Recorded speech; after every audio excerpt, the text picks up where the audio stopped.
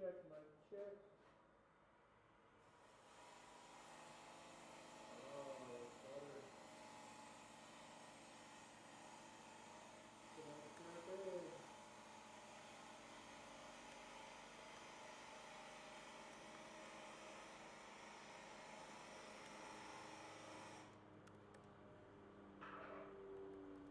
Check, check, check. Mic check. That was with that. That was with the power cap on. Excuse me. So this is gonna be tall. Hello, everyone. Hello, everyone. Hi, Jim. Hi, Anthony. Hi, Lawrence. Hi, Bruce. Roman. Hi, Mike. Is it my volume or Amy's volume that's low? Team Scuff here, gluing in tubes.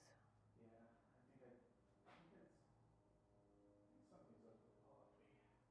Let me adjust mine real quick.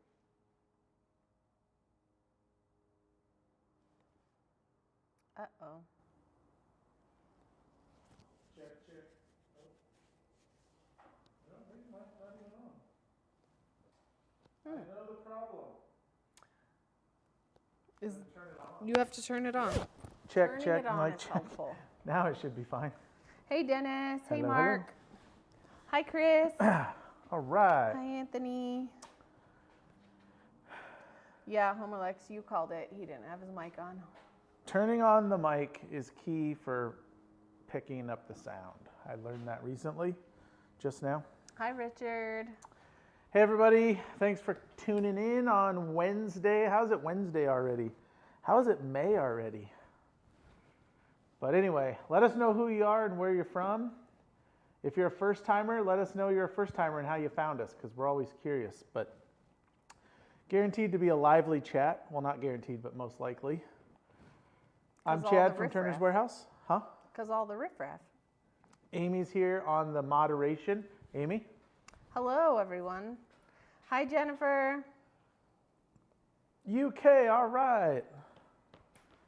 UK in the house. I got some UKings. All right, today we're going to turn. All right, before I get started, any announcements, Amy? Hey, Anthony. Always announcements. Next live stream? Yeah, the next live stream, we have got Dane coming in to do a lidded box, which should be really, really fun. You know what's cool about that one is I'll be the moderator that day. That'll be fun. Totally. It'll be good. And if you're local, you can come down to the store. And if you're not local, then we'll see you in the chat, hopefully. It's not going to be at 1 p.m. It'll be at 4 p.m. 4 p.m. Pacific time, right? Are we on Pacific time? Mountain Standard. Oh, shoot. I was saying Pacific. Are you sure? Whoops. I mean, I don't know. Hey, Siri, what time zone is Arizona right now? Arizona doesn't change time. So Arizona is MST, Mountain Standard, I believe. Yeah, but only part of the year. Half the time we're Mountain, half the time we're Pacific.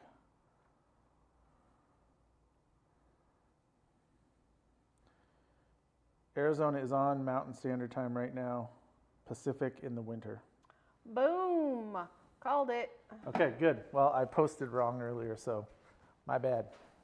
It was on my page, so it's okay.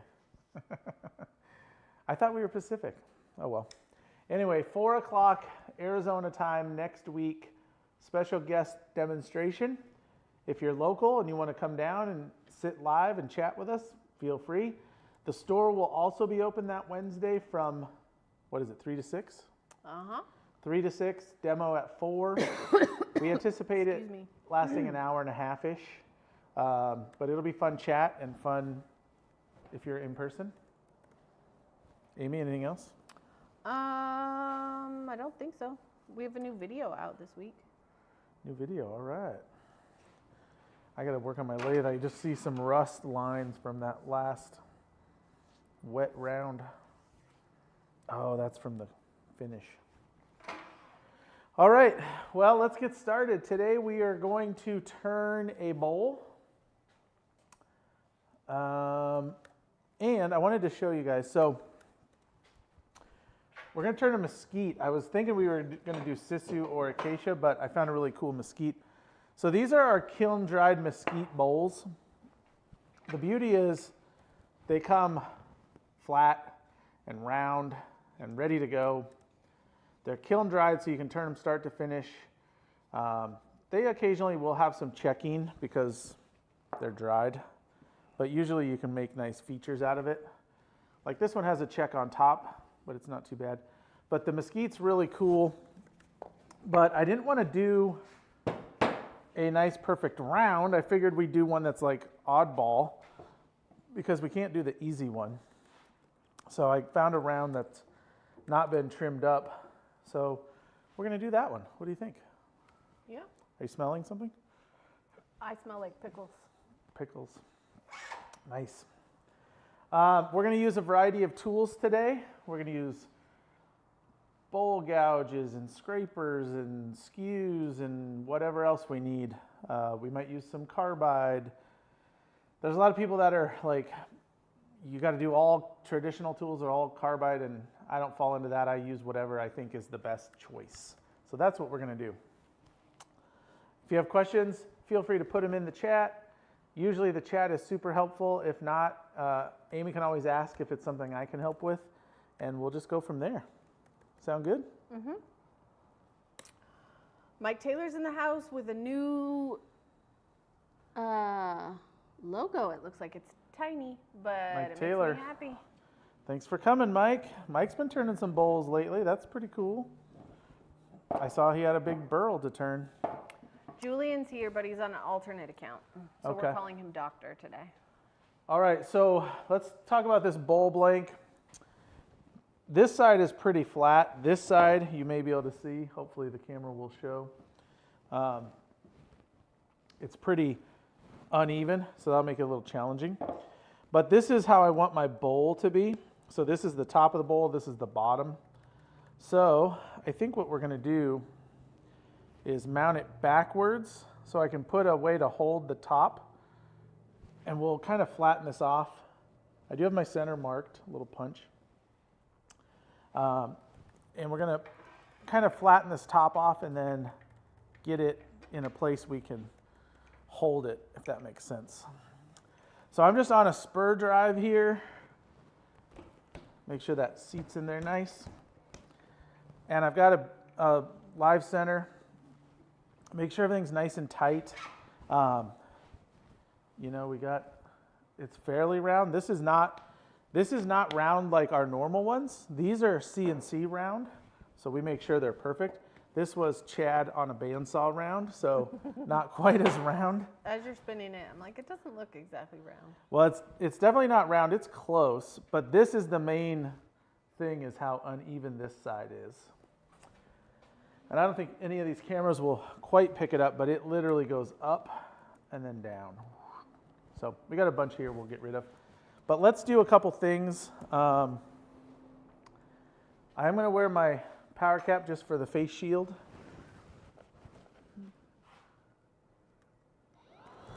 And let's get started. We're going to start this a little slow, just to make sure everything looks solid. Looks pretty good. Make sure we're nice and tight. One thing when you're bowl turning, you want to really make sure everything's tight. With pens, it's a little more forgiving because nothing is very heavy or will fly in your face and hurt you, but a bowl can fly off and hit you if you're not tight. So check your tailstock often, check your tool rest, all that kind of stuff. Okay, we're at 450. We're going to up this a little bit. And the first thing I'm going to do, I need to make it round, so I'm going to make a cut across, and then I also need to face this off and make it flat, which that's going to be a real trick since this thing's so out of whack. But let's see what we can do here. We'll see if we can come in. We're just going to make a cut across. And I just got a bowl gouge here. I just need to get in, get it started. I don't know if the camera will pick up how uneven this part is from that up and down. It's really waving a lot, but that's okay.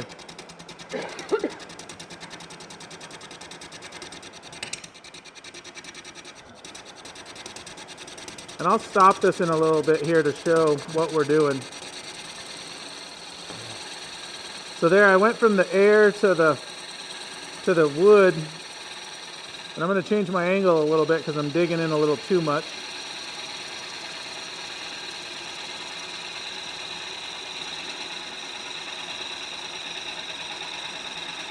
So let's stop this here so we can see.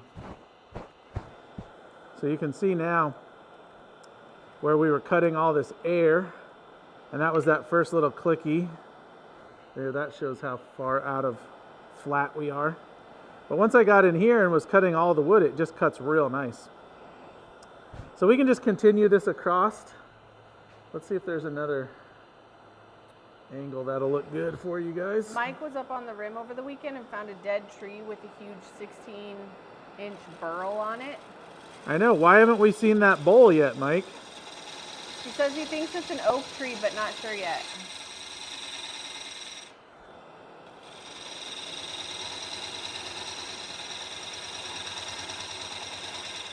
So we're getting nice shavings here. We're only at 600, which is a little slow, but we don't want to go too fast until we're a little more balanced and round. So I'm just coming back in to pick up this cut. It doesn't have to be perfect, but I'm just using a little bit of a push cut here. I'm riding the bevel. I got the flute slightly closed, or I guess slightly open, mostly closed. So we're just going to knock all this off. And then when I get to the end here,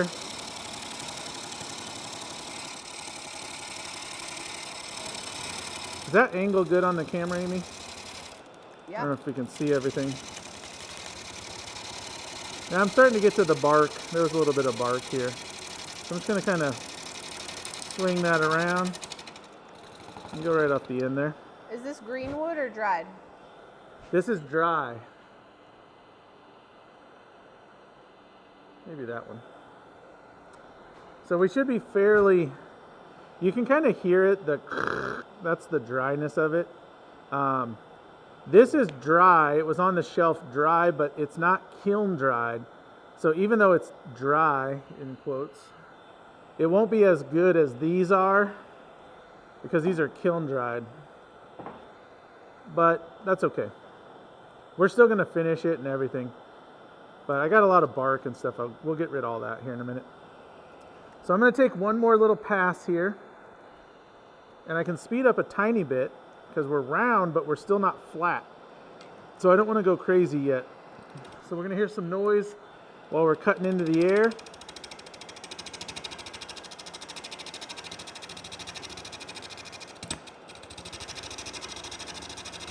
And we're almost into the wood.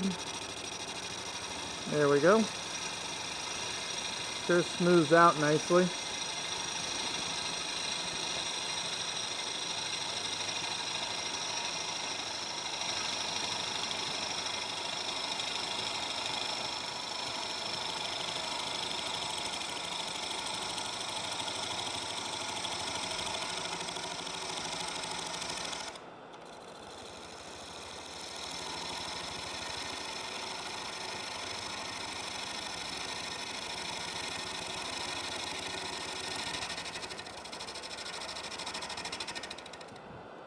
One thing, like when you're turning wet wood versus dry, you sure get smaller shavings. Obviously you can't take as big a cut when it's dry, so you're gonna have less distance, but you get more of a dry curl versus those big wet ribbons, and that's okay. All right, so that looks pretty good. Obviously we're gonna get rid of all this bark and stuff. Really cool wood. Arizona mesquite is pretty neat stuff. I mean mesquite in general, but this is pretty cool mesquite. Let's see how close I can get. Well, all right, this is going to be a fun one because it's going to want to bounce all over for me. So I'm just going to skim it.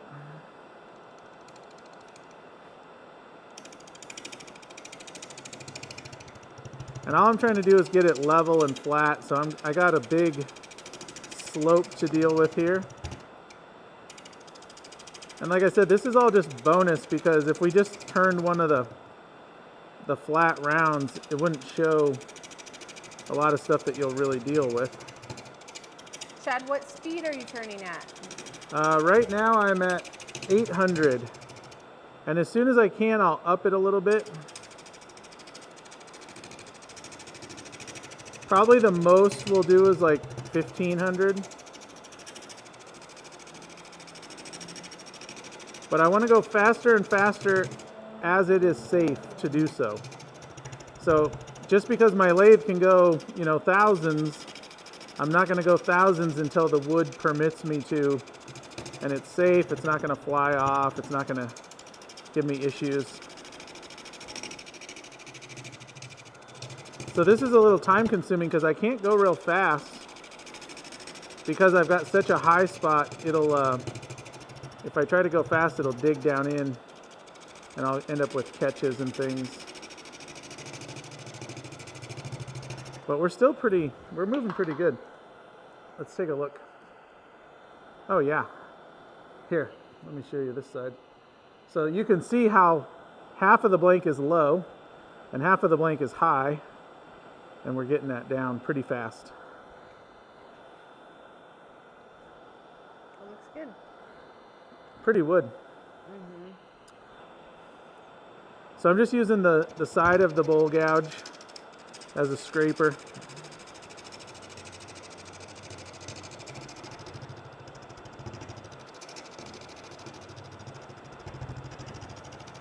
This is always the hardest for me because I just want to go faster, and you got to take your time and get this down nice and flat.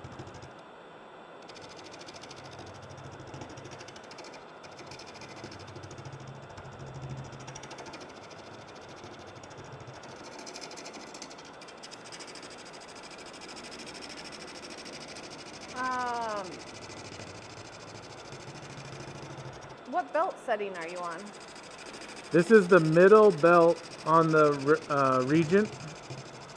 So I think the range is like 500 to 1500 or 500 to 2000, something like that.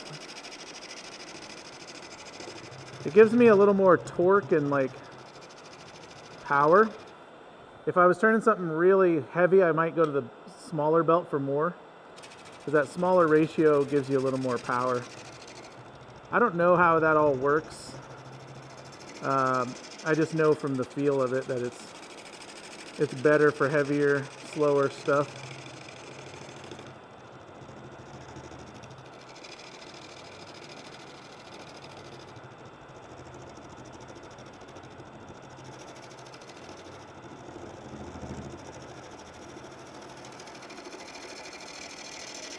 We're getting close to round because we're getting chips almost all the way around. Let's take a look. So you can see it's starting, and then that's our cut spot. That's the anchor seal from it. And we got some cool like direction changes inside of this. That looks a little spongy.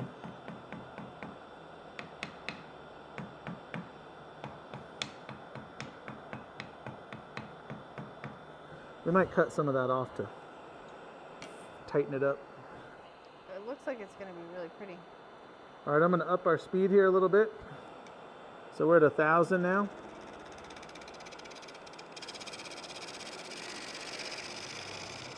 Also probably could sharpen.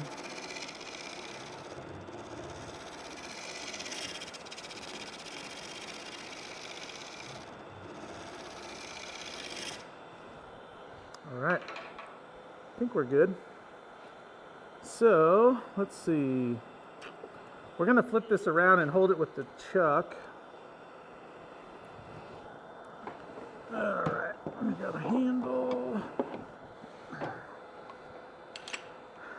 I've got this little dovetail scraper, and this is good for cutting next to the live center here.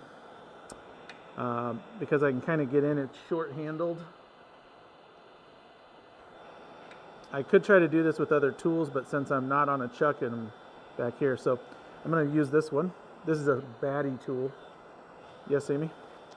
Can you talk about anchor seal, maybe versus saran wrap, and when and why and how to use it?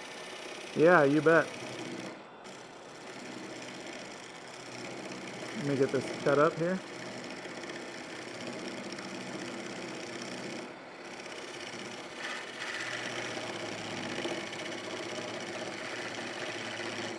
Thing just rips the shavings out. Isn't that cool? So anchor seal is a seal for, oh no, we got a little bit of rot inside there.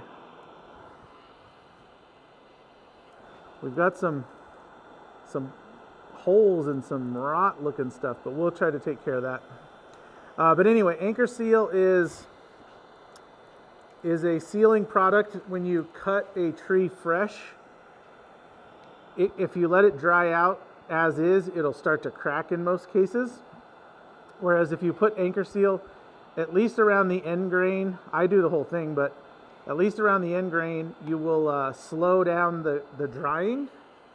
And by doing that, you can save a lot of wood from cracking. It'll still dry eventually, but it'll dry slower, which is what you're after. I'm going to raise this a tiny bit. Some people say you can use like Elmer's glue watered down.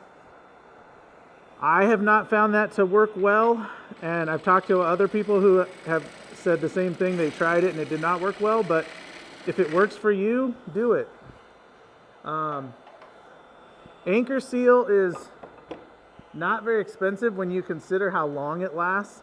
A gallon will probably last you like, I don't even know, hundreds and hundreds of blanks. We're talking bowl blanks and things. So, it's like $50 a gallon if you order it or get it at one of the local hardware stores. If you use a lot of it, you can order 5-gallon buckets from Anchor Seal, and it's even cheaper. But that's a lot of Anchor Seal.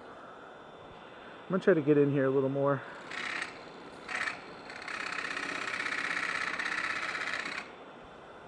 I think I got enough room. I'm gonna come out just a little bit. I feel like I don't have a good angle for my jaws, so I'm gonna cut out. There we go. Okay. See if that will show. So, like here in Arizona, a lot of these trees grow in neighborhoods because they're not native to Arizona. Mesquite is native, so it doesn't crack as bad as a lot of the trees that aren't native. And what happens is when they cut them down, the water is just sucking out of them so fast with our hot, dry air that it cracks them almost instantly. So it's real bad for like trying to protect a tree here. That may not be the case everywhere. Like in some places it may not be a big deal. So we're gonna take this off. Let me take this off for a minute. Mike says, thanks, Chad. I was up cutting wood on the rim, so I'm basically a legit lumberjack now. Lumberjack Mike. Lumberjack Mike. But down here, like if we cut this, like this mesquite was cut down last year, we pretty much had to cut it up and anchor seal it like within hours, or it probably would have been just splitting all over. And mesquite is one of the better ones. Like these, no, those are mesquite too. Like these, we have eucalyptus here. These, when they cut these big eucalyptus trees down, you can literally hear them cracking as they dry out within minutes. You hear, and there's big cracks forming. So, I mean, they're hard to deal with. Even sisu and acacia, which are some of our great woods that they plant in neighborhoods, they overwater them so much that when they come down, they just start splitting like insanely. So it's kind of crazy. Any tips on drying wood? You know, I don't have a lot of tips on drying wood because we work with a local sawmill and they have a kiln, so they dry our stuff for us. But I know people do all kinds of different stuff, like I've heard of the microwave stuff, put it in bags with shavings before and after you first turn it, letting your log sit and cutting off the ends where they check. There's all kinds of stuff you can do, but I'm not real experienced in drying because usually I don't. I'll just anchor seal it, let it sit for a year, and then turn it. Yeah. And here in Arizona, that works because it's so hot and dry. I mean, our shop is like 100 degrees in the summer, so it's like a little oven in here. Mm-hmm. But most of my stuff, like anything on the back wall that's half turned, is turned wet, anchor sealed, and then set to dry. In some cases for Many 6 years, 8 years, not intentionally, but just because time. Yeah, so anyway. A lot of good stuff out there, though. If anyone has any good tips for drying, feel free to share them in the chat here.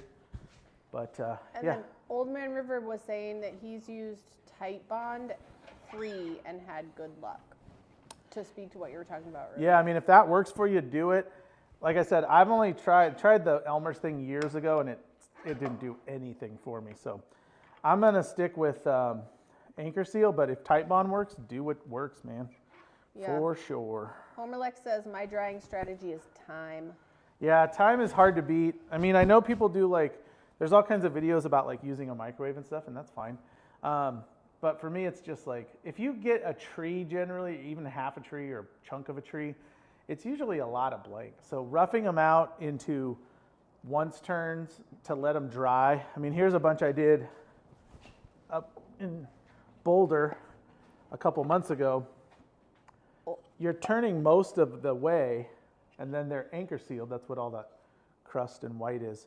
But you can see they've oblonged a little bit. So this is probably good to go because a few months here in this dry weather is going to really send them through the roof.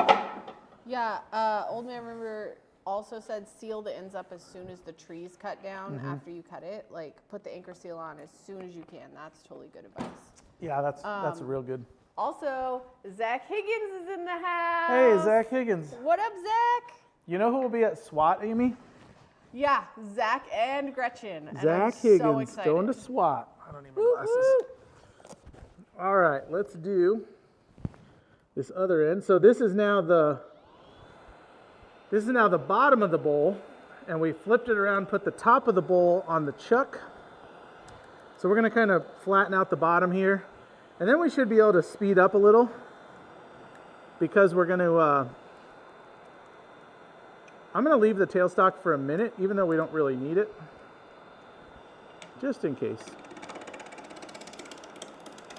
Much easier now. We can go a little faster, and we're not near as this side was relatively flat.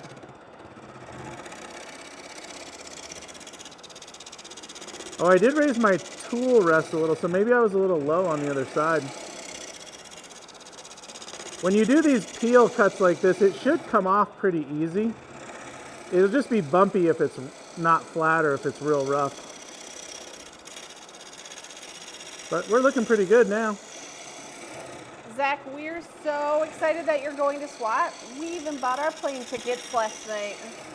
Yeah, Zach will be at our booth demoing, I hope. Yep, he's totally good. Zach's gonna be at the booth doing all right. demos. Oh yeah, look at that. Beautiful wood. Okay, so we're going to get rid of the tailstock. On my Regent here, I have the extension on, not because I ever turn anything long, just because it's great for getting the tailstock out of the way. So we can slide it all the way down, and then even if we have a long tool, we should be good to go. Mike says, can you add burls to the drying conversation, Chad? Do I need to seal this thing? Yes. Yeah, seal that thing. Well, now that's a different story because you said that was a dead tree. Was it dead and dry, dead standing, dead and down? If you cut it and it seemed like it was wet, you want to seal it. If it was totally dry, not much you could do. Not much will change, I should say. If that makes sense.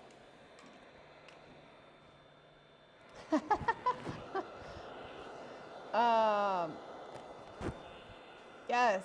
Zach says, I'm demoing. We're going to get messy. And then he said, tell Chad I'll buy a new tablecloth if it gets messed up. That's funny, Zach. All right. We totally got our tablecloth last year messed up. Yeah, wasn't it Christy from Easywood? Christy from Easywood Tools. She was making a ring, and Christy is not a color in the lines kind of person. It was fun though. Mike says way dead but standing, seemed heavy. Yeah, you're probably okay, Mike, without sealing it, because it's probably not that big a deal. Look at that wood. Look how cool that looks. The mesquite has really good lines. I don't know if the, oh here, maybe this camera will show. Carrie says, uh-oh, Zach's gonna mess some stuff up. Really cool grain on this stuff. All right. So, now what we're gonna do, this is the bottom of the bowl here, and this is the top, the sides, obviously. We're gonna go ahead and cut the corners off. Let's see if my tool is still sharp enough to do that. And all I'm going to do is kind of bring it in here. I want to up my speed. Actually, I'm going to move my control box because I keep bumping it down. Wait, one thing. Good rule of thumb, especially since I took, whoop, wrong way. Since I took the tailstock off, I'm going to make sure I'm nice and tight.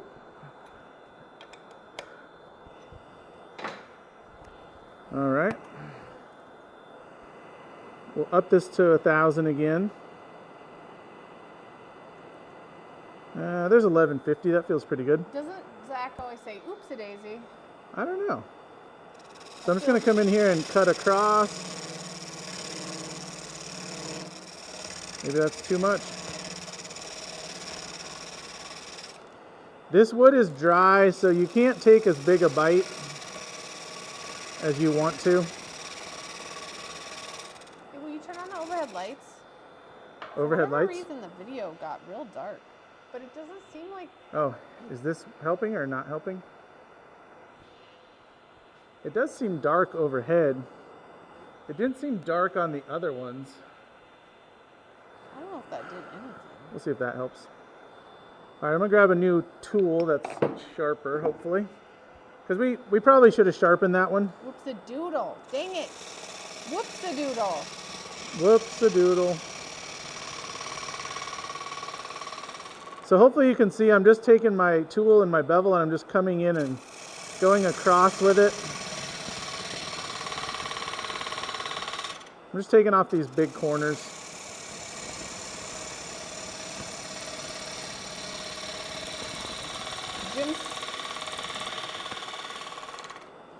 And what I'm looking for here is I want to get rid of all this, oops, wrong one. Oh, Alicia Epping is in the house. I want to get rid of all, you know what? I was supposed to give her a shout out last week and I forgot.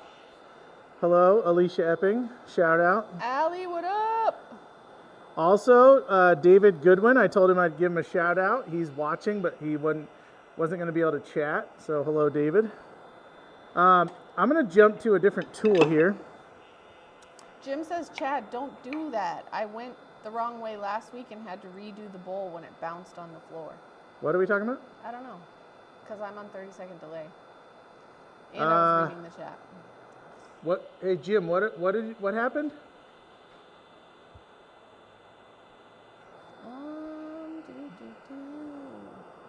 This is the bottom of my bowl here, Jim. But I got this new bowl gouge from Stuart Batty.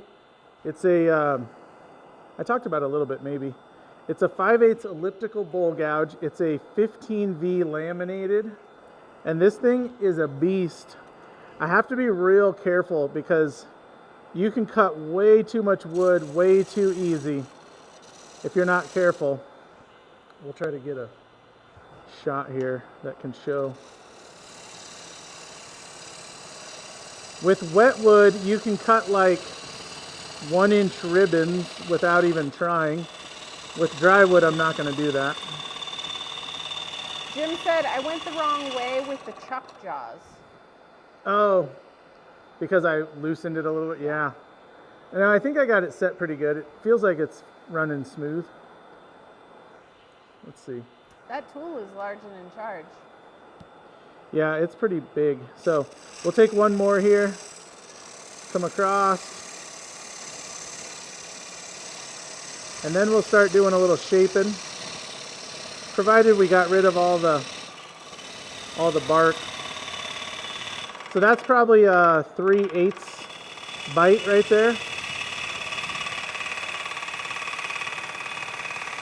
which is pretty good. Gives us a nice shape. Actually, that shot, you can kind of see the shape, which is good. Maybe. Jim said, I thought they were turned and I turned them in. When I moved the tailstock back, it fell off the lathe. I've got like a tiny smidgen of bark right here. We'll get rid of that on the next cut. But one thing about cutting this way is this is really smooth. So the thing with bowl turning, and I mean, obviously, like we all learn this as we turn, but when I took the class with Stuart Batty, the main difference with his is he cuts a little different and he has a little different technique, which fit well with my style. But he wants to do less sanding, which is also, I'm all for that, because you know, sometimes you would sand a bowl more than you would turn it time-wise if you rip up the grain. But you can tell right here, like we have no torn grain. If we can keep that up in our shaping, that's going to save us a lot of time sanding. So that's what our goal is here. So we'll keep going here. Eric had a close call. He was rounding a 17-inch piece of wet Norfolk Island pine today. He was putting the tenon on and it came apart. It smashed a 4-inch blast gate. But that doesn't sound that fun, I got to be honest. Yeah, it sounds scary. Okay. So we're going to put this in here. I moved my tool rest a little bit because I want to be able to walk from here around to the top. Let's see where we're at. We'll keep it at this speed. We'll make 2 cuts here and see what we look like. Let's come here.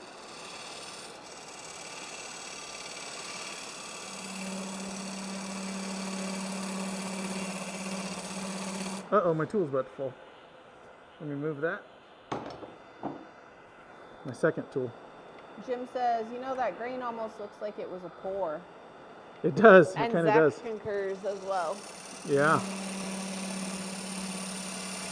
So I'm just making this little bit of a round.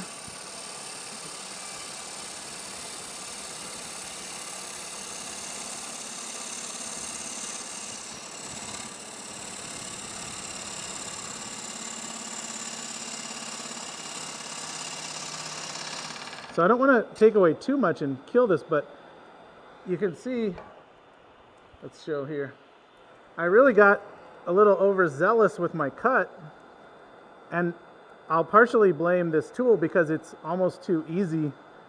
And you can see, like, yeah, sure, the bowl's coming out of it, but I made it a 1/4 inch smaller on accident. This top here, this is crazy. So I got to be a little more careful not to take too big a cut. You can see the ribbons are starting to get long. Later, Zach. He's got to go be with his parents. Zach, have fun. Have a good afternoon. Take good care of them. You're awesome. All right, let's get back into this.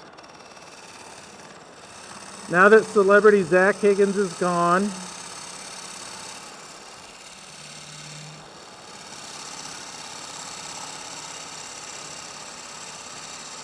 yeah, I really have to slow down. This is just far too aggressive. I should probably half this cut.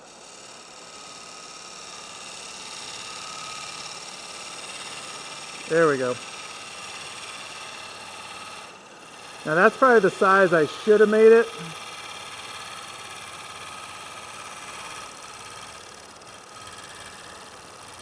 Homerlick says, I'm really digging that bowl gouge. I'm telling you, it's a little dangerous for like overdoing it, because that really went easy. All right, I'm gonna pick this up and try to smooth it out a little. And then we have another question. Does Turner's Warehouse sell that bowl gouge? No, So I wish we did, and maybe someday we will. But they're very actually kind of hard to get right now because they make them all up in Boulder. I will say this though, if you order one, tell them Turner's Warehouse sent you, because we'd love to build a relationship. But no, I saw this demoed at SWAT last year and ordered one. It's really cool. I'm hesitant to even use it on here because everyone will be like, does Turner's have them? But it's a pretty neat thing, so I wanted to show it. But you can see this bowl's pretty good shape. Now I've got a bunch of lines from where I stopped and started talking with everyone. So we'll take one more cut and we'll try to bring this in a little bit more and make that a little more bowly. This is kind of a small bowl anyway, so it doesn't need to have a huge swing, but we'll make it a little more shapely. And then we can see where we go from there. Do you think that Stuart will have them at SWAT? I would imagine if he doesn't have them at SWAT, that's a big miss because people are going to want these. So if you get one of these at SWAT or anywhere else, just tell them you saw it here, please. But I would imagine they will be at SWAT. And last year he was demoing these. This is a 5/8. Imagine there's a 3/4, there's a 7/8, and there's a 1 inch. The 1 inch will throw ribbons that are like 1.5 inches long. It's crazy. That's so 2 cool. inches almost. But he'll be demoing them there too. So if you're not in a hurry, I would wait for SWAT if you're going, because you'll get to see everything there. Is the laminated gouge more difficult to sharpen? No, it sharpens the same. I'm sharpening this one with a 40/40 from what I learned in that class, and it's real nice. But no, it sharpens exactly the same as any other tool. Let's see, what's the best angle? Overhead? We'll try to do this without stopping and talking here, but I'll probably end up stopping.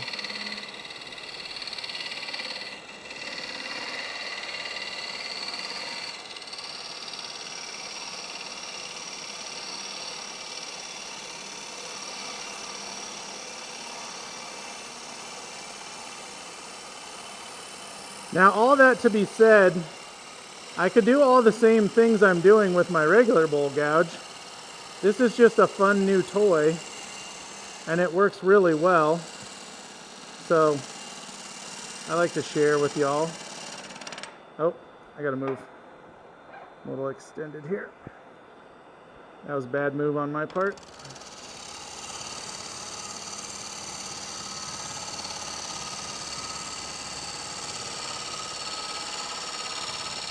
And there I overbit again.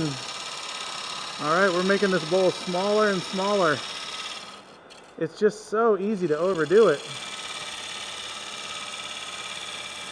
Well, we're gonna bring this in a little.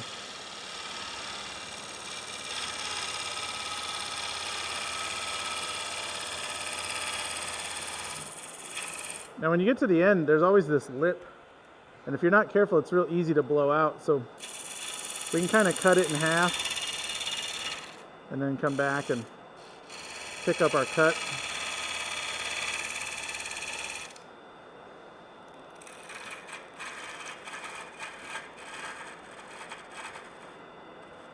It's a great shape, Chad.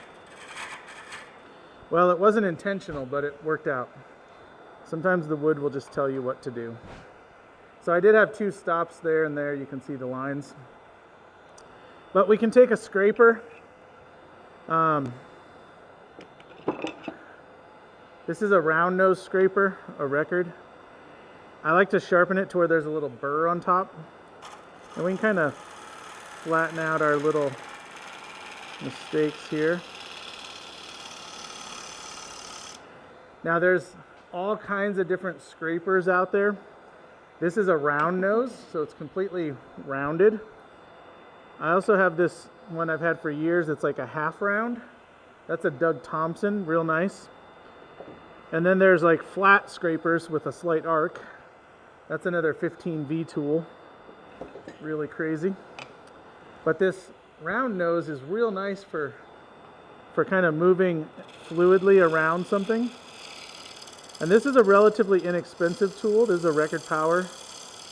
And all their tools are made in Sheffield, England. But you can see I can kind of go around, almost like a round carbide. I can work that whole surface.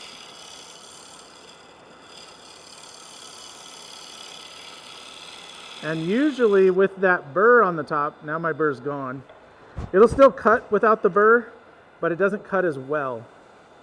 But usually with the burr, I can turn this without tearing it up. And I don't know if the camera will show. Look, that black from that smeared into the grain. I don't know what that is. Maybe that's more bark or whatever. But this is really smooth. So what I'm going to do is hit this on the grinder and put another burr on it. Like I said, I don't have to have a burr. It'll still cut. But I'm more likely, in my opinion, to get tear out. And I've got a soft spot here and I don't know if that's a little branch spalt there. I think I'm okay with that I think is my only spot, maybe a little bit of bark residue. So let's take that out. But with that burr, I'm really confident of not getting tear out.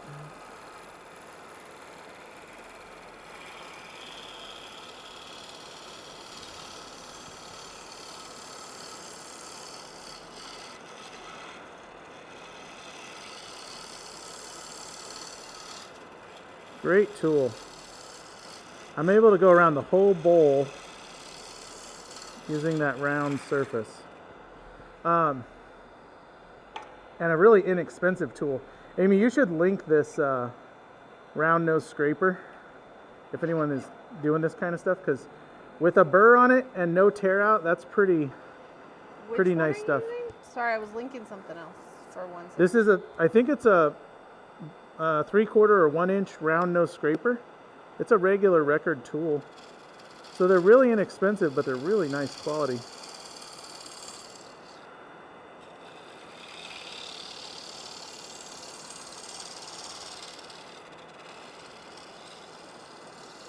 And I don't know if you guys can see that on camera, but these shavings are like so light, they just kind of float. Oh, covered.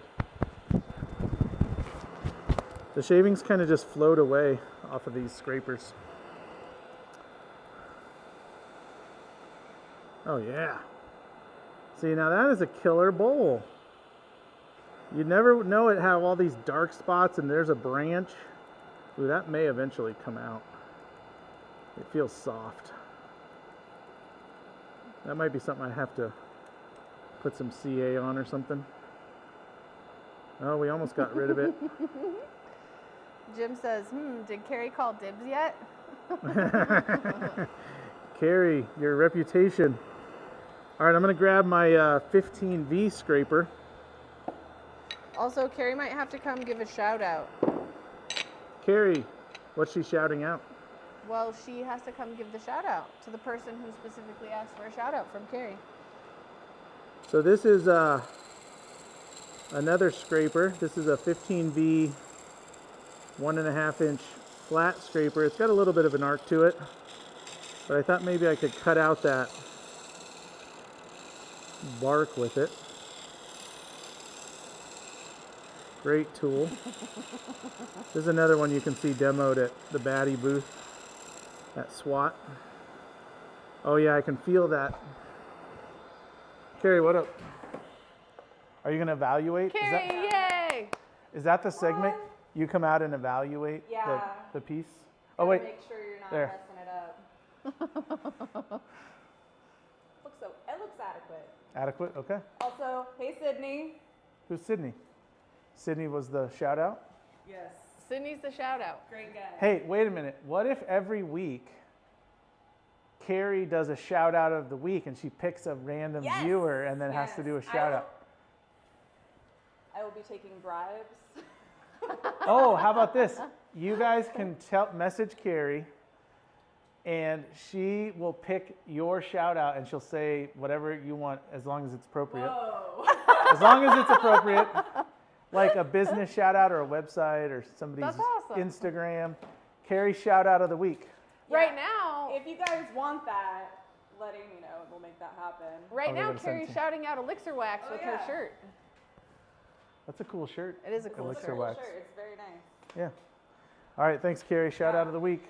Adequate work, Chad. Shout out to Sydney. Thank you, Carrie. Sydney's shout out of the week. I think Sydney told us he's watching on his TV, so he can't chat. Oh, that's cool. I don't remember. Okay. Well, I think we're going to flip this thing around, call this side good. We may have to do a little more later. It's a little awkward, but I think it's going to be okay. So now we want to put a little foot on it. We can do that a whole variety of ways. Woohoo! Myra says she just used her new elixir wax on the bowl she finished. Oh, she got some elixir? Good. Okay, so to make a foot, you can use a carbide, you could use a skew, you can use a bowl gouge, you can use a spindle gouge, you can use whatever you want. Let's try. We'll use a bowl gouge. So I'm just going to eyeball here. I'm going to kind of bring it in a little bit. And then we're going to actually have to come back because I've got this bottom really flat. So we're going to have to come back and shape it a little bit.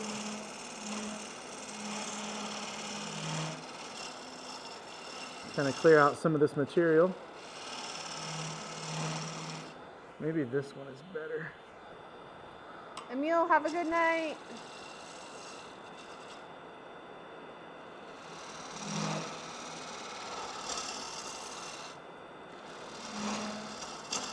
Well, so I'm cutting in and I've just got stuff in my way here because I left this so flat. Maybe not the best shape, we'll see.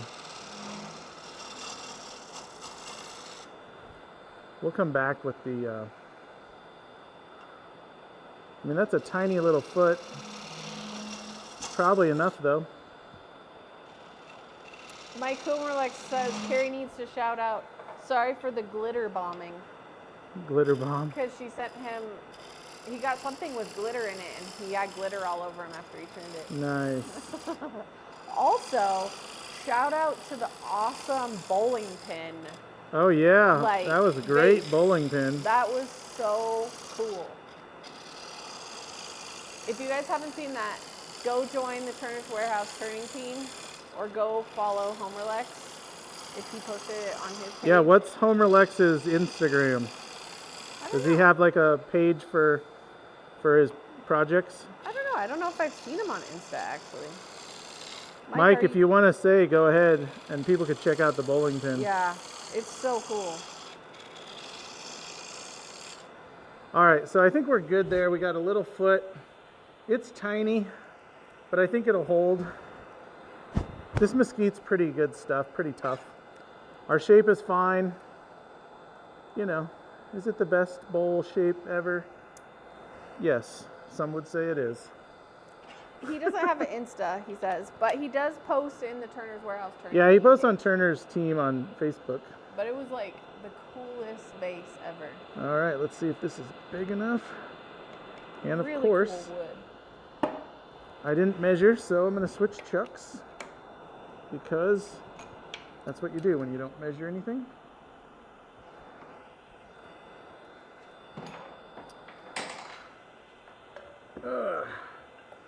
So I think today I've used a record chuck, an Easy Wood chuck, and now a Vicmark chuck. And the only thing that matters, and the only reason I've switched from one to the other, is the jaws. Oh, look at that. I got dust all over. All right. So this is a big giant chuck, but these jaws are perfect. And we'll see if we can hollow this without ripping it off. Because I did not make that tenon very big. Okay, here we go. We have a question.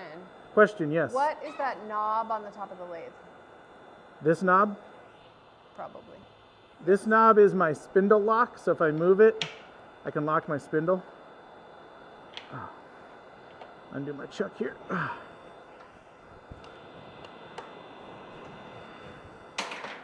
So that way, if you got to remove your chuck or if you're doing some work, carving or something. All right, let's take a look here, shall we? Excuse me. Sorry. I'm going to move a couple of these tools out of the way.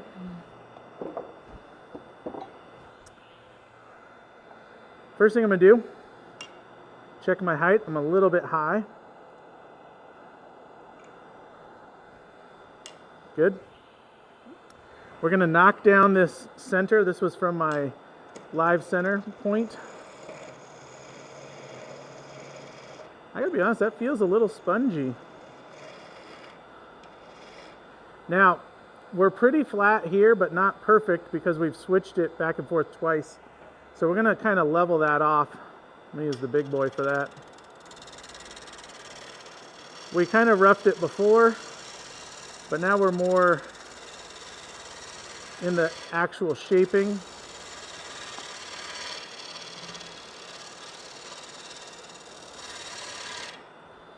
Pretty good.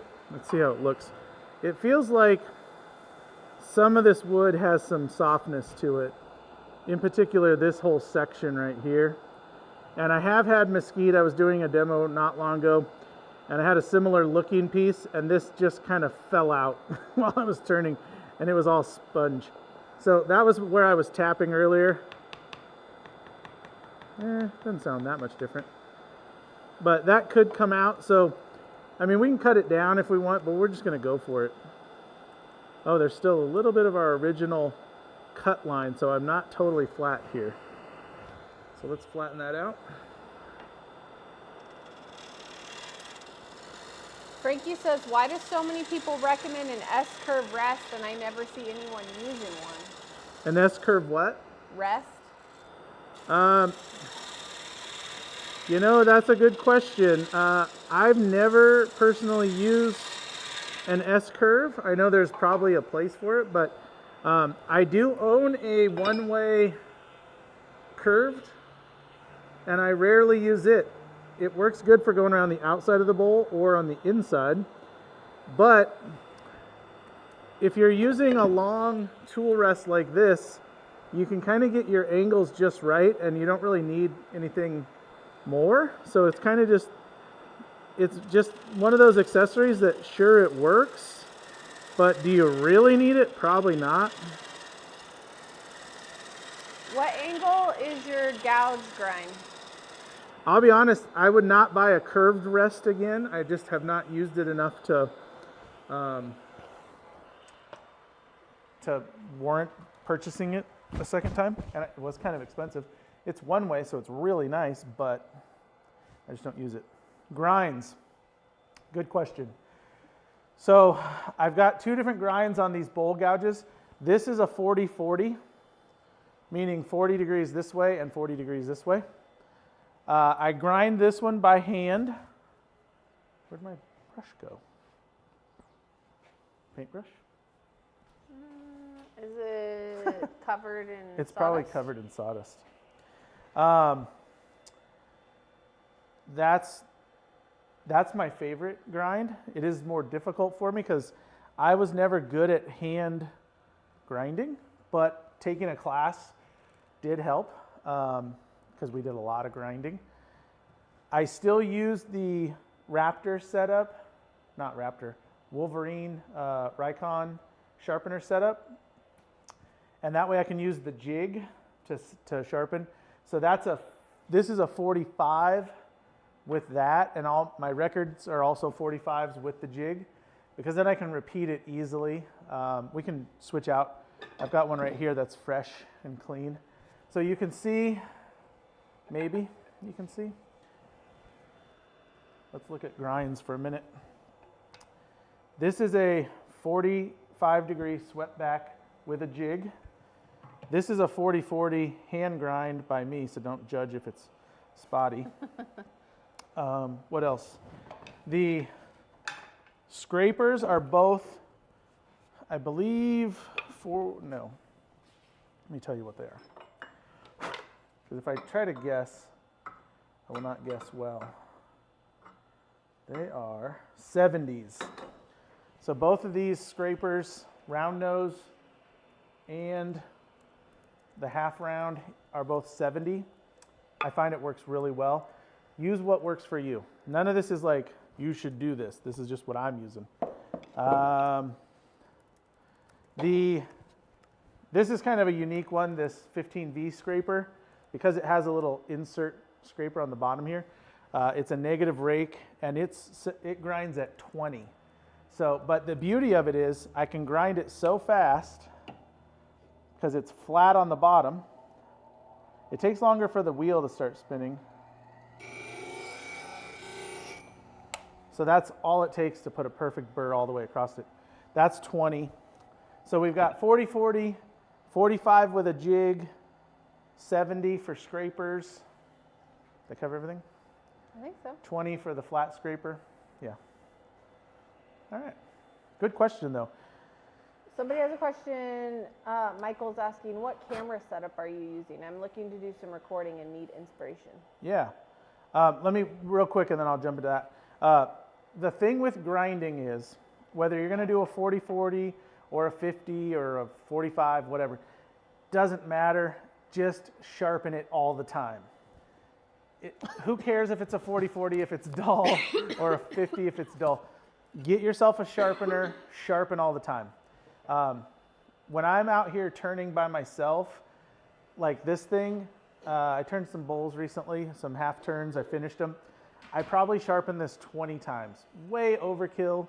Maybe I only needed to sharpen it a few times, but I'd rather have a fresh edge every 3-4 minutes than not, and it just cuts like butter. So any of the tools I sharpen a lot, probably more than needed, but who cares? Just sharpen. Way more important than the grind, in my opinion now. Certain cuts like the push cuts and stuff work better with the 40-40 than other things, but it's preference. Excuse me. You'll hear some people say, oh, you can't use that, or that's not the right one, or you got a pull cut or push cut or whatever. Try them all and see what fits your style and what you like to do. Sorry, Do you have a cough attack? I caught a tickle in my throat. Okay, second was, what was the other question? Cameras? Yeah. We are using Canon camcorders. They're now several years old because we bought these during COVID when we started doing live streams. I'm trying to see what model they are. I don't think you can get them anymore. They're Vixia HFR 800. Back in the day, they were like $150, but I don't know what they are now. I'm sure they're stupid. They work fine, but there's a lot of other cameras out there, so don't take this as something you should get.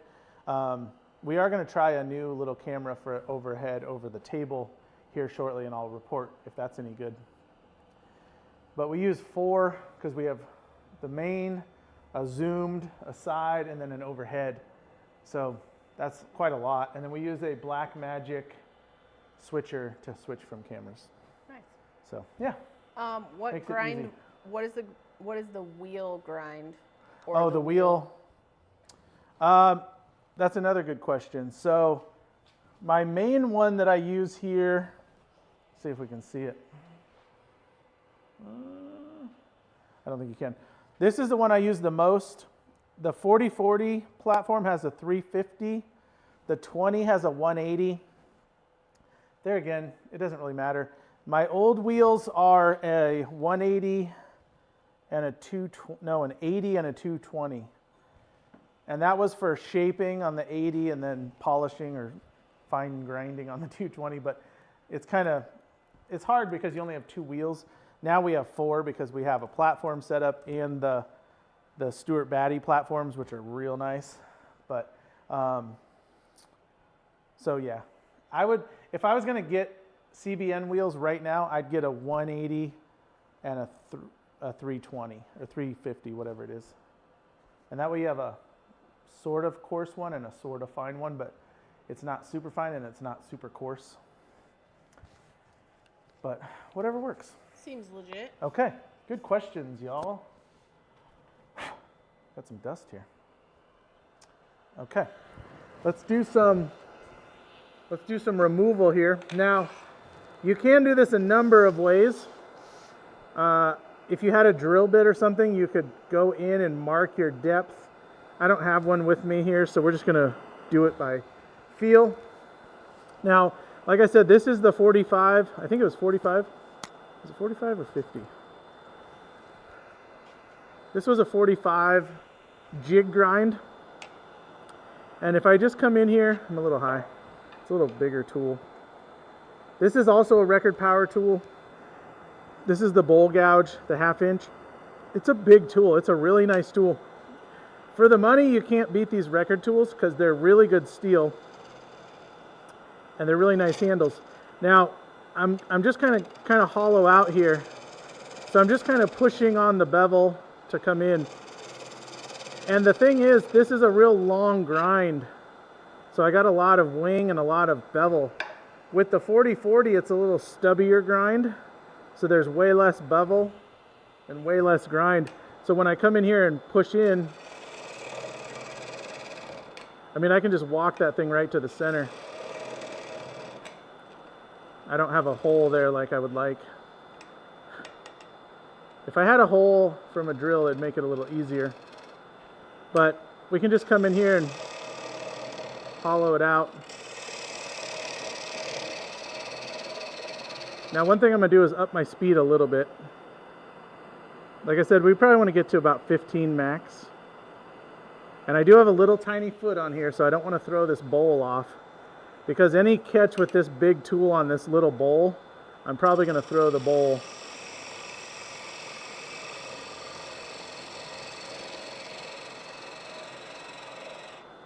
I mean, this thing just cuts like butter. But now that I have a hole, we can compare. That's the 40 hand grind with a 45, whoop, wrong way. 45 jig grind.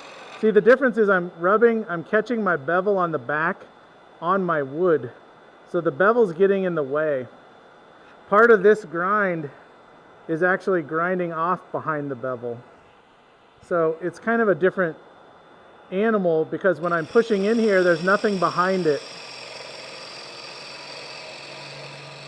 So probably for this, the best choice is this one for what I'm doing at this moment, at least in terms of the tools that I have. And I really need, oh, you know what we could do is we could spindle drill that. It's so mesmerizing to watch the wood just flying off. Yeah. So we'll get a little bit of this out of here with the spindle gouge. What do you think the diameter of that bowl is right now? Of the what? The diameter of the bowl? Well, I can tell you. That's a good question. It is a good question. Thanks for that question, John Wallace. I would refer to it as a small bowl. It is about 6 3/4, just under 7. So, I mean, we're using giant tools for a little tiny bowl. But it's kind of fun.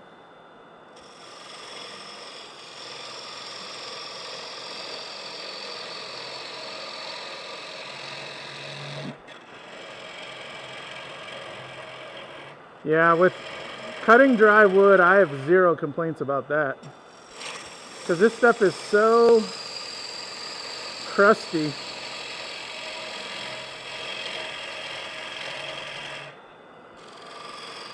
Now, when you're coming in on these sides, I'm still just kind of hollowing. I'm not necessarily trying to cut my sides in shape. But your tool's going to want to catch and walk back. It's going to like spiral on the tip. So you want to either have a nice stop like your thumb, or if you're using your palm, you want to catch that in there. Once you catch the lip, you don't really have to worry about it. And I can even come back and go the direction of my bevel.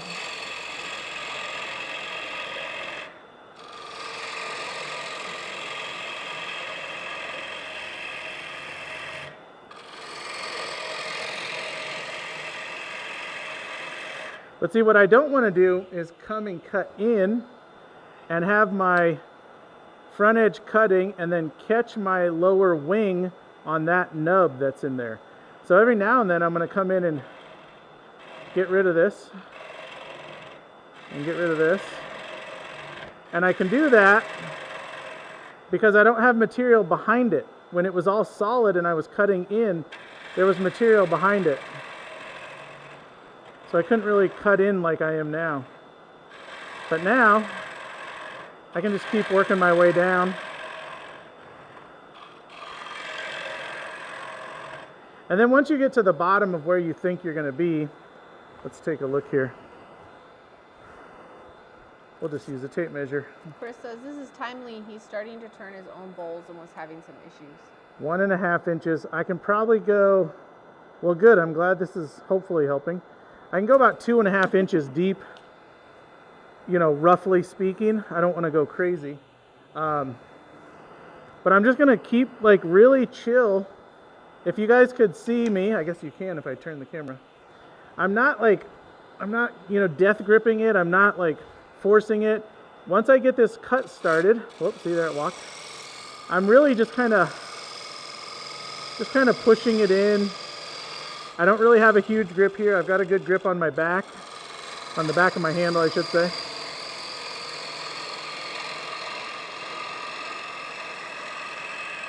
But if you're fighting this to where you're like struggling and, you know, your hands are going numb, like something's wrong. That's what you really want to avoid. And I can even move my hand back, pick up my cut.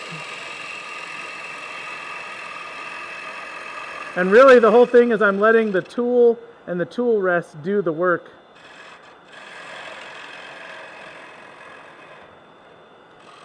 See, I'm just going to come in, I'm going to give it some pressure, get my cut started.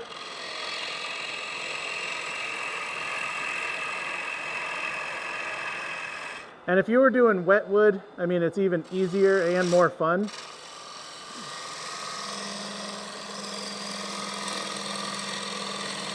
That's a little bit big of a cut. Let's show you the cut. So that was a little too much. I mean, it worked. It threw some nice chips in front, but you can see how deep my cut was. I mean, I didn't catch it or anything, but look at that color of that wood. How awesome is that? And look at the bottom. Look how flat that is, and I haven't even started working on it. So really, I think the key for me with bowl turning is, like, you gotta, if something's going wrong, if you're cutting and it's not cutting right, or it's like vibrating all over, stop, back up a little bit, restart. Like even this one, you can see how big of the cut I was taking. I'm gonna go half of it.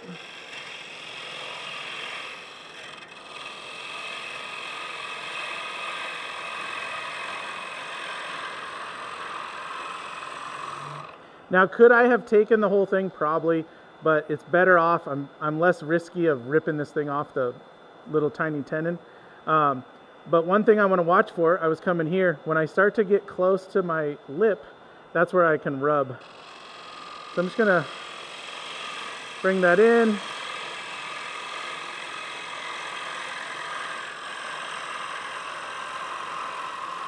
And I'll stop just behind my last cut.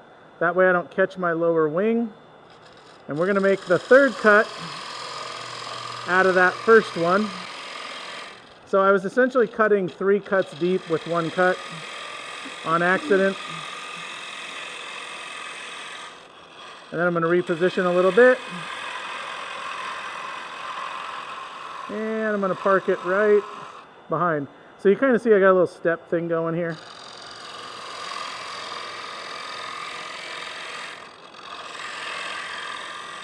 Now, if you're wondering why I'm starting on the inside and coming in, it's because this bowl has a little bit of a curved out shape right here versus the top. So if I just keep cutting in from the top, I'm going to leave this real thick. So I'm kind of trying to dig it out a little bit, so to speak, below it.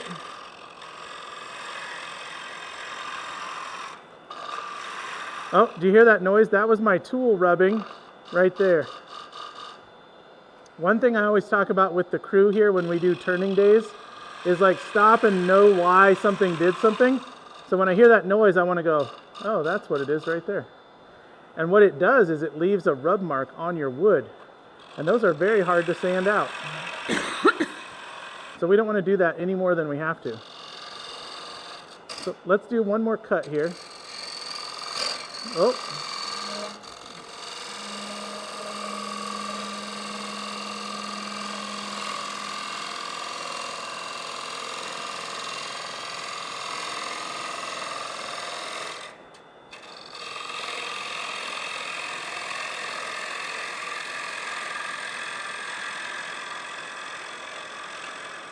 So you may have saw that I stopped about halfway and halved my cut because I was way too deep.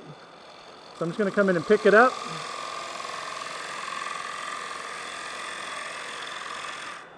And then I want to make sure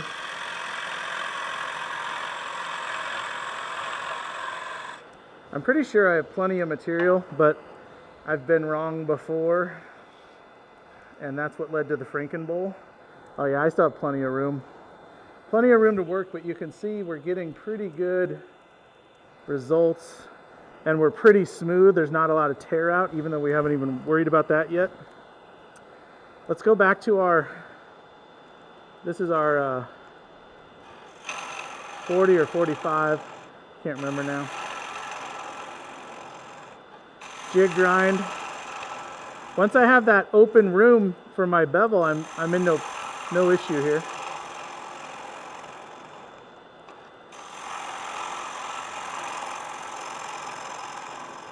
I always like watching this in fast motion. Like when I edit a video, I'll speed up all these little curves and little swirls, and it's really cool to watch. So let's see where we're at here. So I'm just kind of rubbing my bevel, and I see a little line I can pick up.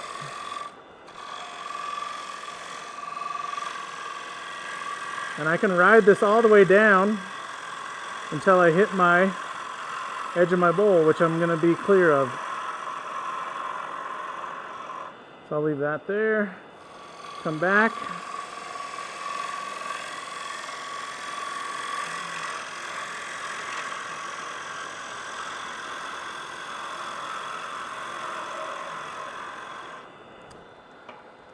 So we're getting pretty good shape. We still need to thin it out quite a bit, but we're getting this bottom heavy part cut away, which is what I was going for, and it's looking pretty nice. Ooh, there we go. Let's see if that'll make it better or worse.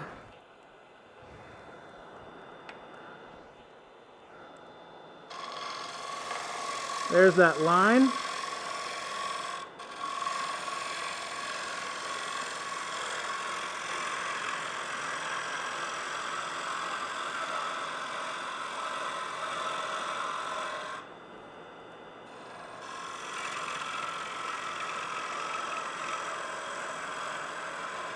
And just stop right before it.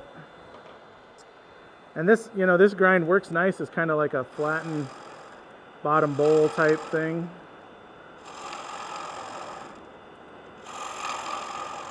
I'll tell you what though, I don't think it's cutting as smoothly as that 40 because the angle is a little different pitch, I guess.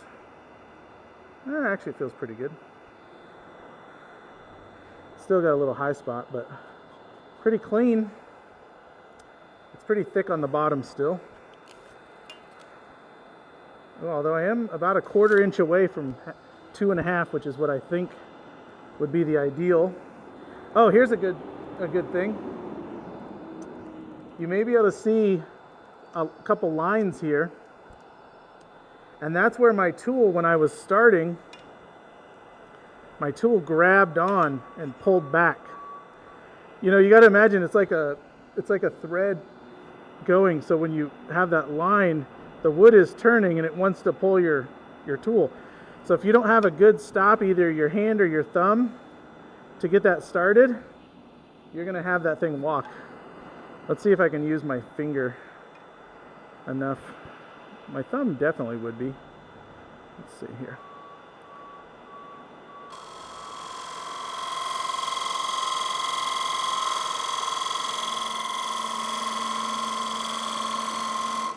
So there, that shows how much we can take off.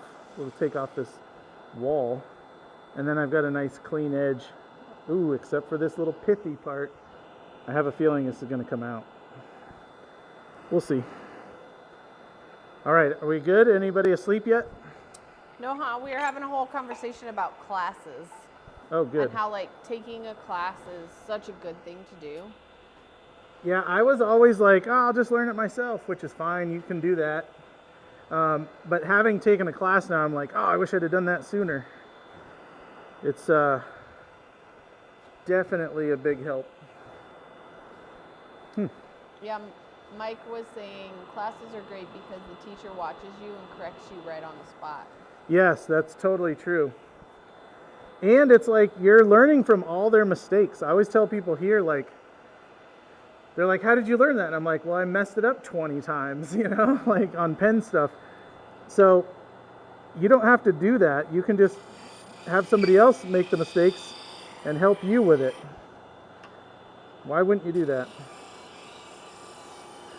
Mike Homerlex also says, also worth mentioning, never full open the flute of the gouge. Yeah, this is real basics. Like there's a lot to bowl turning, so don't take watching this as a lesson. And I mean, go try it, but don't think you're gonna know everything, because I mean, I don't know everything, that's for sure. So there's a lot to do with like what Mike said about your flute, having it open or closed. There's a lot of how the wood will grab your tool, and we're not necessarily covering everything here, so please be real careful.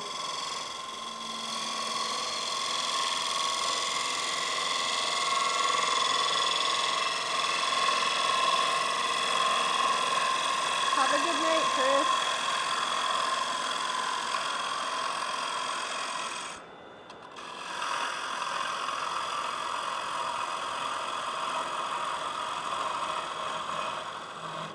What?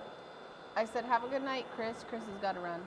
Oh, that's nice. Gary said it'd be a shame to lose that pithy spot at this point. It would. It'll make this bowl a lot different look and shape if we lose it.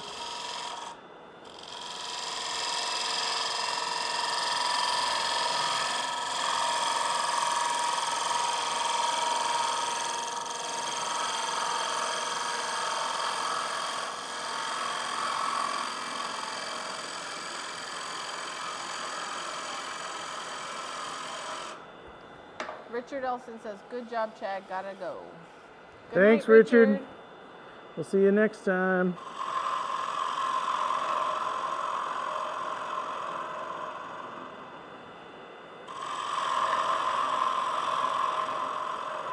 I think I just got a wood chip in my ear.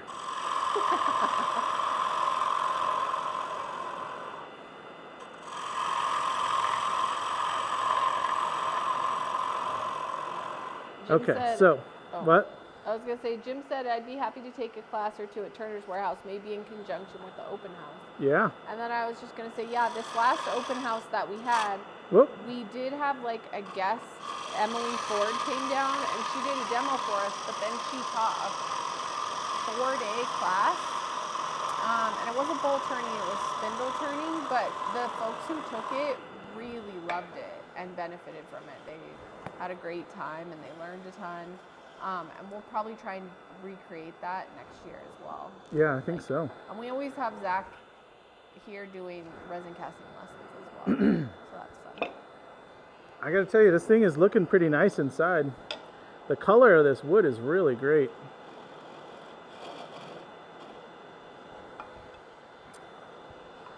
And if, I don't know. Yeah.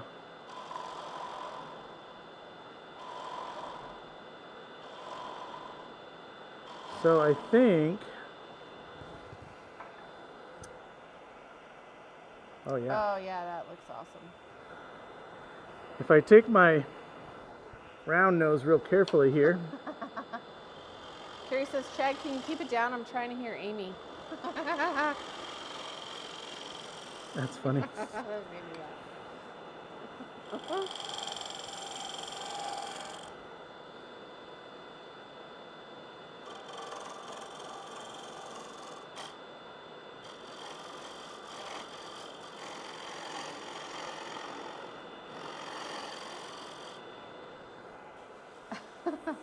Kev says, men in taking classes is like reading instructions. You don't need them till things aren't going well. The thing is Well, like you don't know what you don't know. Yeah, that's really true. So that's why taking classes is such a cool thing because, Oh, I did have sawdust in my ear. yeah, Like literally you a just giant, don't know what you don't know. And giant then chunk. I think it's easier to learn things like a correct way or like a good way or a safe way than it is to have to unlearn bad habits. So this bowl is looking pretty good. We got a couple of issues to clean up. We got a little lip in here from my cutting in, and we got a little tiny lip here. So we just got to round that and smooth that. Like I said, the shape is kind of, this way. So we want to make sure this is thinner down here and not heavy and thick. But I have a little tiny foot on this thing, so it's going to be a light bowl, which is nice. I think, based on time, we should stop. Now, we'll finish this. I won't do any work to it. We'll finish it next time, which will be 2 Wednesdays, because next week is Dane. But I'd rather take the time and like remove the foot and do the finish properly than trying to rush through it. Are you guys cool with that? What do you think, Yumi? What do you guys think? Because we're like about at 90 minutes. Yeah, and we're probably another 90 to do a good job with the rest. So I'd rather we do that. In the meantime, everybody should turn a bowl and post one, right? Or even start with a little tiny bowl, just something small to get your beak wet. And then we'll see how it goes. So next time, I'm going to set this aside. We'll finish the inside of this. And you can see that shape is kind of... The shape is really nice. So we want to make sure that it's nice and thin in here. And it's already, I can tell it's thick. It's about that thick down here. So we want to take a lot out of this curve down here on the inside and make this thing really light. Probably even thin it a tiny bit more. And then we will sand it, take the foot off, and finish it and make this a nice little bowl. I may throw some super glue on here. I don't know. Kind of want to risk it. But it's kind of a cool bowl. This is mesquite. Turn something you got in your local area. If you do want mesquite, we have it on the website. But I think that's the way to go because if we rush it, it won't be as good. So then we'll miss stuff. Talk about what you're going to do on the next one when you finish it. Yep. You just did, but like just one more. So we're going to thin out the inside, make it a little lighter on the bottom. We'll clean up any of these tool marks. The key is, if you guys can see the outside of this, there is very little sanding needed on this outside. I mean, tell me that you see a lot of tool marks. I sure don't. So a very nice light sand will make this thing super smooth and bring out the color. We want that on the inside, which we have a couple little spots we want to clean up, but that'll take a little time.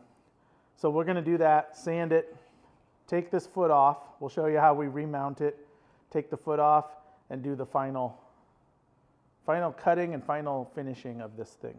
Perfect, thank you. You bet. I know, repetition, but it's good. And everyone's agreeing. They're like, yeah, don't rush. That's the problem with live streams and YouTube videos. You know, like you guys have all watched bowl making videos, so have I, where it's like 8 minutes. In reality, that 8 minutes might have taken 6 hours for, some things, or 3 hours, who knows. That last Franken bowl where I sewed the bowl back together, I think the video is going to be like 9 minutes long, and it was like 6 hours of sewing it. I'm not going to show 6 hours of something. So I think it's better if we take our time. Even if we do another 90 minutes, this will be a 3-hour bowl, which is still kind of long, but kind of fast, I guess, depending on it's small, but we talk a lot and stuff. So, but I think it'd be good to show the whole process, thinning it, sanding it, finishing it, all that. So, yes. Is there a brush-on material that could stabilize the soft piece? Good question, Rob. That's a good question. I wonder if I just put sanding sealer on that, would that help? Does anyone think if I brushed this whole bowl with sanding sealer, would that help our soft spot? Because that might be an option. I'm gonna do that. I mean, what could it hurt, right? It's just gonna seal it. Yeah. I'm gonna brush this whole thing with sanding sealer, and in particular this soft spot. I mean, it's not soft like sponge, but it's definitely weaker. Good call, whoever suggested that. That was Ralph. Good call, Ralph. Other than that, I could put CA on it, but then it would be like dark spots and the CA would run. It wouldn't look good. That's why I was not wanting to do it. But I think sanding sealer might be an option. Because we're going to sand the whole thing anyway. Sanding sealer will just make it better. We got a can't hurt, shellac will soak in and help. Shellac, yeah. People wanting to know where they can contact Carrie to bribe her. You can email her at carrie@turnerswarehouse.com. Oh, nice. Carrie@turnerswarehouse.com. How do you spell Carrie? C-A-R-R-I-E? Yep. Or C-A-R-R-Y? C-A-R-R-I. You know Right. what it is. No, I know. I'm just clarifying for the viewers. All right, everybody. Thanks for watching. Anything else before we go? Did I miss anything? A lot of fun. I could bowl turn every day. Like, I wish I could just do this for my job. It's a lot of fun to take I mean, you guys saw this was a pretty rough piece of wood, just kind of sitting around. Now it's a bowl. Famous last words. Carrie's yelling at me. Famous last words. What could it hurt? Right there with here. Hold my beer and watch this. Yeah. You ain't gonna believe this. Please don't spam Carrie. Don't spam her, but Rick rolls are approved. The upcoming lidded box. So next week, our live stream will be at 4 p.m. MST instead of 1 p.m. And Dane will be here. He is an awesome turner. He's 18. He's been turning for a couple years and like getting into doing demos, and he's really excited. We're super excited to have him come do a demo. And he's going to be doing a lidded box, which is kind of similar. Kev says, is a lidded box like turning a bowl? Sort of. Lidded box is like a bowl with a lid, essentially. Now, the difference is Dane's going to show you how to make a snap fit lid, like a press fit that kind of pops on and off, which is really cool because then it just won't fall off if you tip it over. A lot of fun. So it should be a really good demo. Later, Willow. Have a good night. Yeah. All right. Thanks, everybody. Thanks for coming. We'll see you next time. We're out of here.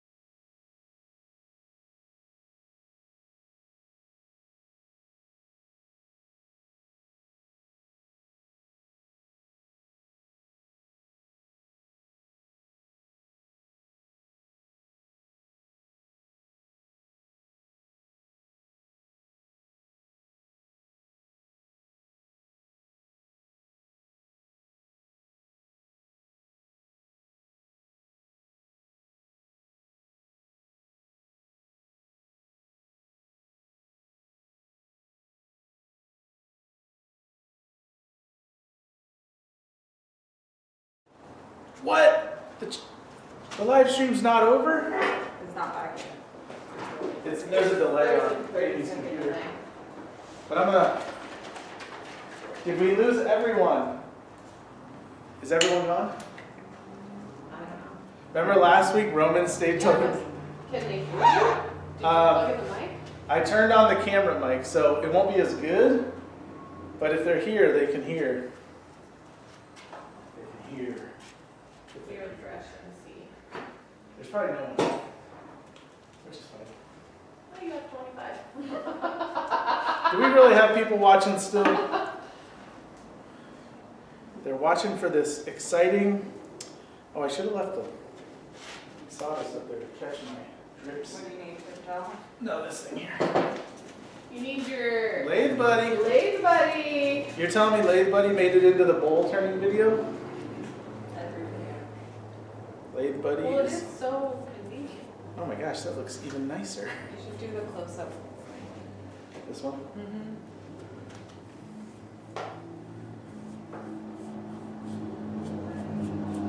It couldn't hurt. This sanding sealer.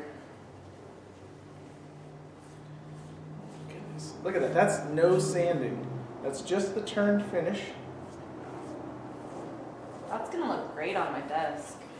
I really like the shape of that bowl. It looks real good. Imagine what this finish would look like if you knew what you were doing.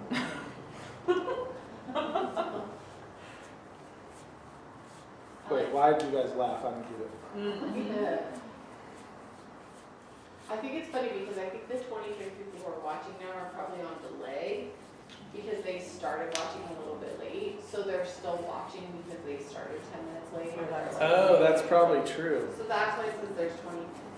Well, it just went up to 26. So. Anyone on there? Chad, if you're still here. This is amazing. This is a hidden live stream. Live stream. Yeah, I'll do this one now. We went dark. Only for the OG Take it real. This is like when a band leaves the stage and then comes back on for an encore. This is the live stream equivalent of an encore. Oh, man. Brushing a bowl. Riveting stuff, too. All right, we're going to do a secret code. Oh, that's a good idea.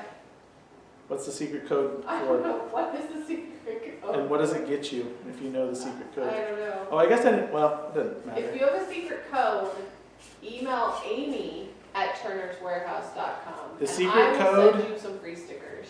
The secret code is Secret code, email it to Amy. sanding sealer. That's the secret code. Candy sealer. Sanding sealer, secret code. What'd you say? There's at least one person still in the chat. Oh, somebody chatted? Yeah. Yeah. Who is it? RadCon 2222, but I don't think. Did you watch the whole live stream, RadCon? Wait, is that Radwan? I don't think so. I don't know. But God, that looks really pretty. it looks really It looks really good, even though it's like needs to be finished inside and the outside. Yeah, look at the outside. It's like crazy nice. What happened? Mark L is here. He said, listen to you guys as I'm messing with some CNC tooling design. I'm fascinated by seeing this stabilization. We'll see if it works. Mark, you didn't leave, so you caught the secret live stream continuation. Yes, and Radcom was here the whole time too. They That's just kept awesome. chatting. That's Or is awesome. that yes for you? If you guys send me an email, or is that yes because it's rad? If you send me an email, Amy at turnerswarehouse.com, I will totally send you some stickers. Jennifer's still here too. Jennifer from the UK? Yeah. How funny. Sorry guys, you're seeing a glimpse of the real us. Just the shenanigans. Well, it's Hey. funny because Chad walked away. He's like, I'll leave it dark so you can still be in the chat. Because I don't remember if it was last week or the week before last week. Well, you kept chatting afterwards. Everybody was like chatting for the longest time because we were having a contest to see who could still be. Gary says, I walked away and I can hear you talking. I'm wondering if you knew you were back Kind on. of. We do. That's so funny. Well, there it is with sanding sealer. We'll see if it helps keep our little friend here intact. All right, everybody, I think we got to leave for real now.